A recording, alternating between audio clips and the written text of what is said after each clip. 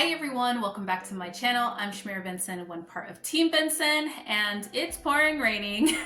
So I am going to give you guys I'm going to say the winner of the 15K giveaway, and then two, also I'm going to give you guys some tips for how to prepare your garden for Shabbat.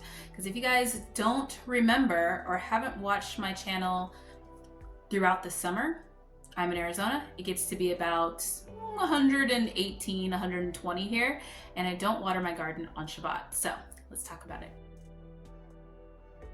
Hey guys, so I was totally planning on doing this video outside, but outside looks like this. So as you guys can see, it is still raining, but look at how pretty everything looks. Oh, that is getting big. It's bolting. That one's one of my lettuces. So beautiful, guys. I absolutely adore the rain, and this is such a blessing to have right before Shabbat. Okay, let's go talk about those tips. So we are inside and enjoying the warm weather.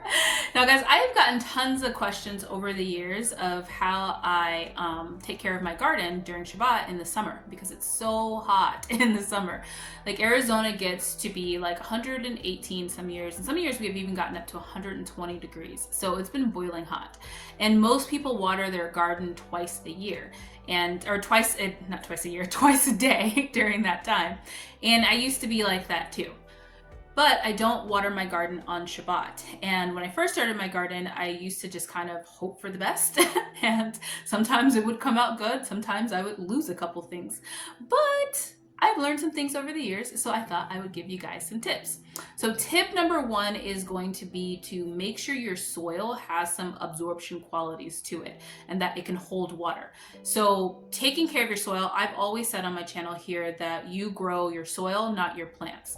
As long as you're growing your soil, making sure it has good like microbial life in it, like that fungi in it, those bugs in it, those insects, all the little bacteria and all those different things that it needs to have a good like ecosystem, that's what you want for your garden, and that's what you want for your garden beds. If it has that, then you're going to be able to hold water in there, and it's going to not dry out as quickly as it would if it doesn't have good soil health. So I alternate when putting in my beds, and even with like the year when you guys see me add soil to my beds or add compost to my beds, I alternate between compost and sometimes steer manure, and then also potting soil. So even just in my raised beds, I use potting soil because it has a lot more ability to hold water than compost does. So I also do that in my pots too. I'll alternate compost, like a little bit of compost, and then mainly potting soil in my pots. I do put that little bit of compost so that then the worms in there have something to eat. But the potting soil is what's going to have a lot, I think it's coco coir that it has in it, and that keeps the water in those pots and the water in my raised beds. My second tip are going to be these little guys, watering bulbs. Now you can use these. This one came from the Dollar Tree and it was $1.25. These are currently in the Target Bullseye Dollar Spot, and they are $1 there. I'm going to put these down because I don't want to get soil all over my floor. So those are nice to have, because if you have a pot that it dries out easily, or if you have like a plant that is huge, like a lot of times like my Armenian cucumber or like my corn or something like that, where I want to make sure that there's just added water into that area, essentially what I'll do is I'll put that in there right before sundown. So I will go through, fill up all those, stick them in their areas, and then over Shabbat, it's just kind of self-watering. Another person had pointed out, I think a couple years ago or last summer, that most Jewish households have this wine and we use it every Shabbat. So you get a lot of these wine bottles. You can also just fill these up, put them upside down, and stick them in your soil, and they water just the same way as a watering bulb will. The other thing you can use are oil pots. Here in the desert, we get these big clay pots, and you bury them in your soil, and then you just add all the things like the vegetables and stuff like that and the seeds, and they grow around it, and then you just fill up that oil pot, and that oil pot leaches water into your bed.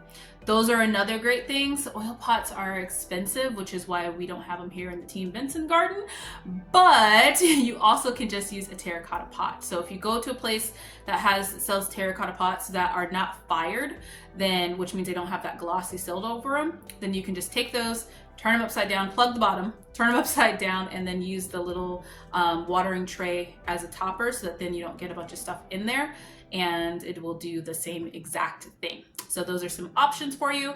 And then along with that, I water before sundown. So Friday afternoon, sometimes Friday morning, depending on like how hot it is, because I don't like to water once it's really, really hot because it just evaporates.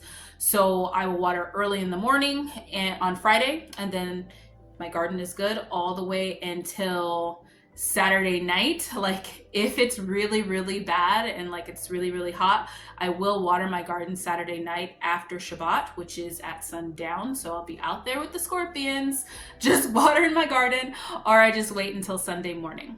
But those are some watering guidelines. And then my other tip is going to be to use mulch. I use wood chip mulch, which has been in my garden forever because I swear it takes forever to kind of decompose. But on top of that, I also just use my plants. So like the old leaves of my plants, I let them dry out, which I'm doing with a lot of my broccoli leaves this year too. I let them dry out and then I use it as mulch. Putting that mulch over top of your garden, you can use hay, you can use straw, you can use grass clippings. I mean, all those things might have seeds in them, but like leaves, like your old leaves, you can chop those up, use those. You can use wood chips, you can use a lot of different things, but just covering your soil and creating that barrier keeps that soil moist too. So using mulch. Now I do have a bonus tip, and that is planting things that can really just survive the summer on their own. Like my okra and my Armenian cucumber, roselle, sweet potatoes. All of those things really don't need to be covered up with like shade cloth or anything like that. Well, the okra probably does well with a little bit of shade cloth, but it won't kill it.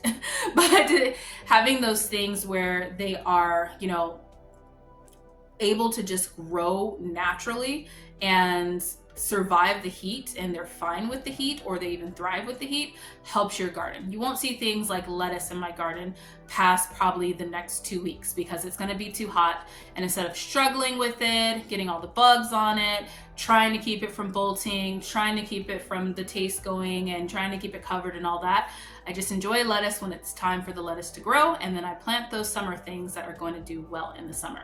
So now let's talk about our winter. So guys, first I would like to say a big thank you to everybody that has supported my channel. I cannot believe how much my channel has grown over the years. I really started working on my channel back in into 2019, maybe like 2020 is when I started like really working on my channel and just wanting to get information out there on how to grow in the desert, because I thought it was important. And I think that a lot of people thought that you can't grow food in the desert because yes, it's hot, but we're only hot 3 months out of the year, and then the rest of the time we're completely fine. So I wanted to show that. I wanted to show that we are a competitor too for the homesteading life. And yeah, and I just really appreciate you guys for helping me be able to grow my channel and grow my audience and showing people how to do that, and also with medicinal medicine and all of that. So I really just want to say thank you from the bottom of my heart. Now, we have Vago garden mugs that we are giving out every time we hit 15,000 subscribers. So our next time will be when we hit 30,000 subscribers. But this is our Vago garden mug that we are giving out. That's what it looks like. And the winner is Stephanie's Journey. Make sure you guys go check out her channel. She also has a channel here, and I want to give her a shout out too for, you know, being another YouTuber showing people how to garden in her area. So I want to say big thank you, Stephanie, for always supporting my channel. And yeah, make sure you guys go check it out. So I hope you guys are having fun in your gardens. If your garden is rainy like mine, I hope that you are enjoying it. And until next time, grow yourselves a garden, because even a small space can provide you with tons of food. Shabbat shalom, everybody.